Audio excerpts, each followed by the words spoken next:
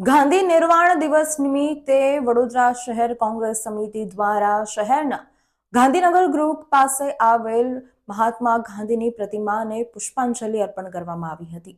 દેશની આઝાદીને 6 મહિના પૂર્ણ થયા હતા ત્યારે આજ રોજ નાથુરામ ગોડસે દ્વારા બિરલા હાઉસ ખાતે મહાત્મા ગાંધીને ગોળીઓ મારીને તેમની હત્યા કરી નાખવામાં આવી હતી। આજનો દિવસ ભારત દેશ શહીદ દિવસ તરીકે પણ ઉજવતો હોય છે ત્યારે વડોદરા શહેર કોંગ્રેસ સમિતિ દ્વારા મહાત્મા ગાંધીની પ્રતિમાને પુષ્પાંજલિ આપવામાં આવી હતી। આ કાર્યક્રમમાં કોંગ્રેસના કાઉન્સિલરો સાથે કોંગ્રેસના પદાધિકારીઓ, વિપક્ષના નેતા અને કાર્યકર્તાઓ વિશેષ ઉપસ્થિત રહ્યા હતા અને મહાત્મા ગાંધીની પ્રતિમાને પુષ્પાંજલિ અર્પણ કરી હતી।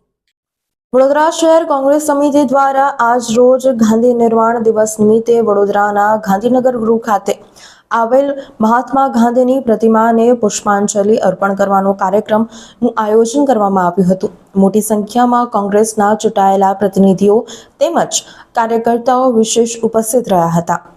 આજના દિવસે 1948માં નવી દિલ્હી સ્થિત બિરલા ભવનમાં નાથુરામ ગોડસેએ એક પછી એક 3 ગોળીઓ ચલાવીને બાપુની ક્રૂર હત્યા કરી નાખી હતી। ગોળી વાગતા જ બાપુ ઢળી પડ્યા હતા અને પોતાના અંતિમ શ્વાસ લીધા હતા।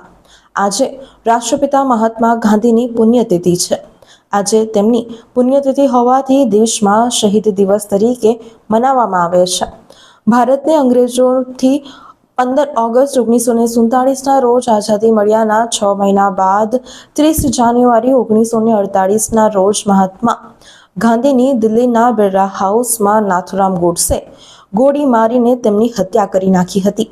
વડોદરા શહેર કોંગ્રેસ સમિતિ દ્વારા આજ રોજ મહાત્મા ગાંધીની પ્રતિમાને પુષ્પાંજલિ અર્પણ કરવામાં આવી હતી, જેમાં વિપક્ષ નેતા ચંદ્રકાંત શ્રીવાસ્તવ, વડોદરા શહેર કોંગ્રેસ સમિતિના અધ્યક્ષ ઋત્વિકજી જોશી, મ્યુનિસિપલ કાઉન્સિલર પુષ્પાબેન વાઘેલા સહિત કોંગ્રેસના તમામ પદાધિકારીઓ અને કાર્યકર્તાઓ ઉપસ્થિત રહ્યા હતા। આજે મહાત્મા ગાંધીની પુણ્યતિથિ નિર્માણ દિન કહેવાય ને। સાંજના સમયે 5:17 બિરલા હાઉસમાંથી પ્રાર્થના સભા સંબોધવા માટે જ્યારે નીકળ્યા ત્યારે નાથુરામ ગોડસે ગોળી મારી।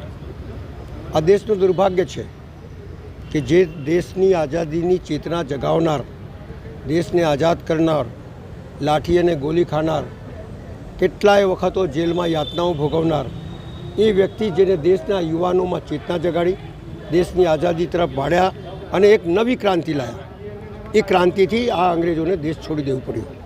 એવા મહાન વ્યક્તિને દેશના જ વ્યક્તિ, એક નિર્બળ, નિસહાય અને જેની પાસે કોઈ હથિયાર નહીં એવાને ગોળી મારીને શું બહાદુરી કરી। સવાલ એ છે કે કોઈ બી ક્રાંતિ કરનાર માણસને યાતના ભોગવવી પડે છે।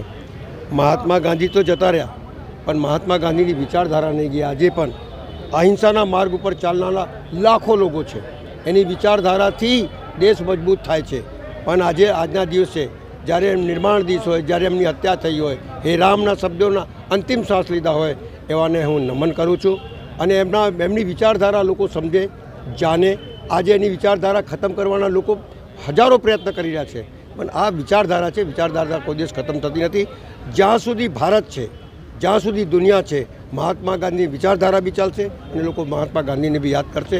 આજના દિવસે હું નમન કરું છું અને એની વિચારધારાને આગળ વધારવા માટે મારાથી જે પ્રયત્નો થશે એ કરતો રહીશ।